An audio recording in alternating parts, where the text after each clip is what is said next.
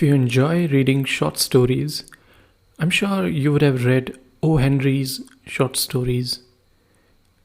And you must, because he wrote some really amazing short stories. One of my favorites is called The Last Leaf, which I think most of you would have read, maybe in your school or some other time. There's a Bollywood movie also inspired by this short story.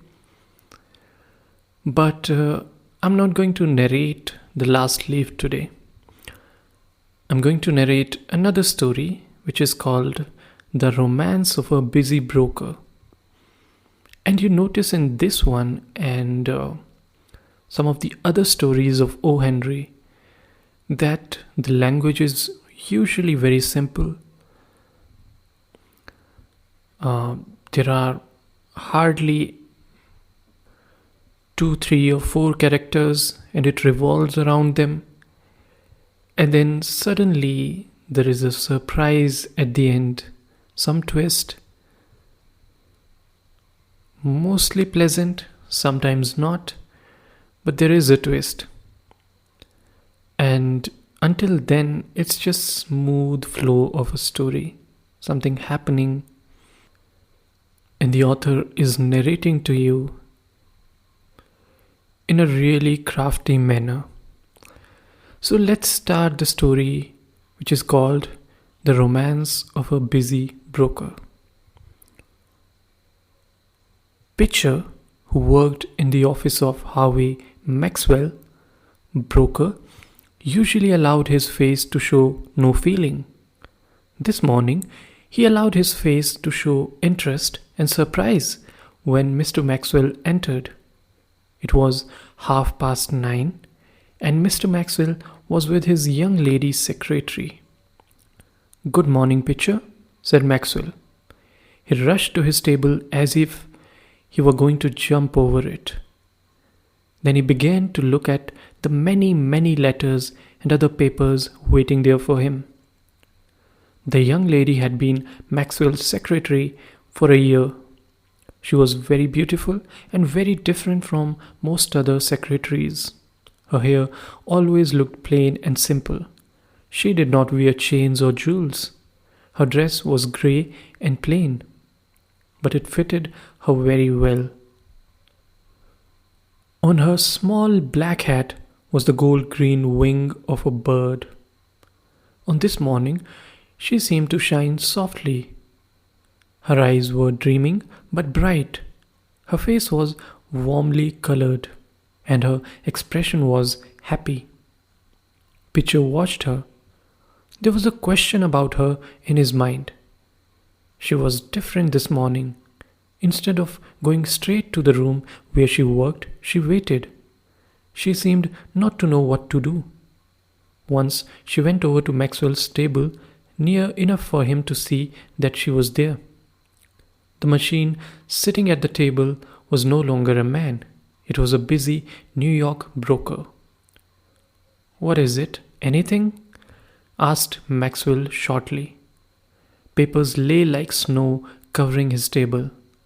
His grey eyes looked at her as if she were another machine. "Nothing," answered the secretary, moving away with a little smile. "Mr. Pitcher," she said, "did Mr. Maxwell talk to you yesterday about getting another secretary?" "He did," Pitcher answered. "He told me to get another one. Several are coming to talk to us this morning, but it's now after 9. Not one has appeared." "I will do the work as usual," said the young lady, "until someone comes to fill the place." And she went to her table. She took off the black hat with the gold-green bird wing and put it away as usual.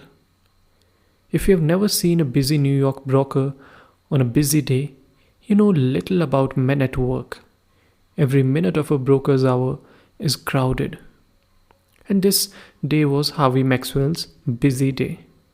Beside his table stood a machine. From this came a long, narrow, endless piece of paper bringing him business news as soon as it appeared.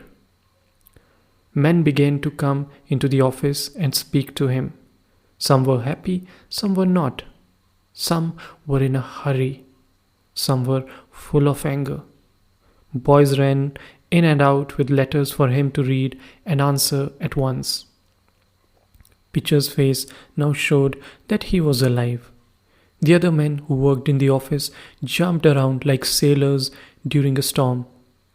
And there were storms in the business world, fearful storms. Every storm was felt in the broker's office. Maxwell moved his chair against the wall. Now he was like a dancer. He jumped from the machine to his table, to the door, and back again. In the middle of all this, he slowly realized that something had come near him. There was golden hair. There was a very large amount of it, high on a head. On top of the hair was a big hat covered with birds' wings. There was a long silver chain hanging from a neck until it neatly touched the floor. And among all these things, there was a young lady. Pitcher was beside her to explain. "Lady for that job as secretary," said Pitcher. Maxwell turned half around with his hands full of letters and paper from the machine. "What job?" he asked. "Job of secretary," Pitcher said again. "You told me yesterday to have someone sent here this morning." "You're losing your mind, Pitcher," said Maxwell. "Why should I tell you anything like that? Miss Leslie is a perfect secretary. She can keep the job as long as she wants it." To the young lady he said, "There is no job here." And to Pitcher he added this order: "Tell them not to send any more, and don't bring any more in here to see me." The silver chain left the office, hitting against chairs and tables with anger as it went. Pitcher said to another man in the office that Maxwell was more forgetful every day. The rush of business grew wilder and faster. Maxwell was working like some fine, strong machine. He was working as fast as he could. He never had to stop to think. He was never wrong. He was always ready to decide and to act. He worked as a clock works. This was the world of business. It was not a human world or the world of nature. When the dinner hour was near, things grew quieter. Maxwell stood by his table and with his hands full of papers and his hair hanging over his face. His window was open, for it was the time of year when the weather was beginning to warm, and through the window came a soft, sweet smell of flowers. For a moment, the broker was held there without moving, for this smell of flowers belonged to Miss Leslie. It was hers and hers only. The smell almost seemed to make her stand there before him. The world of business grew smaller and smaller, and she was in the next room, 20 steps away. "I'll do it now," said Maxwell, half aloud.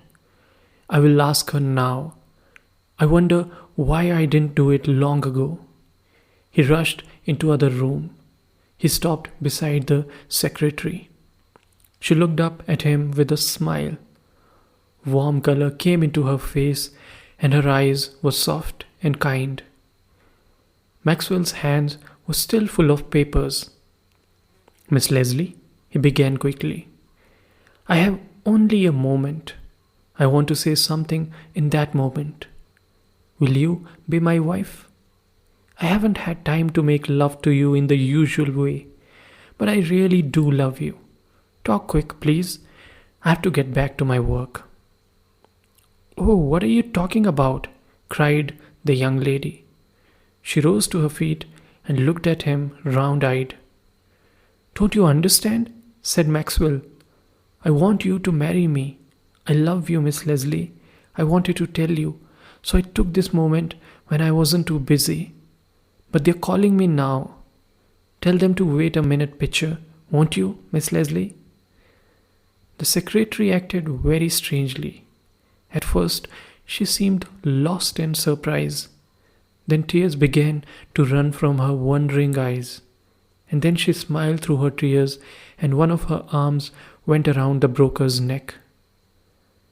"I know now," she said softly. "It's this business. It has put everything else out of your head.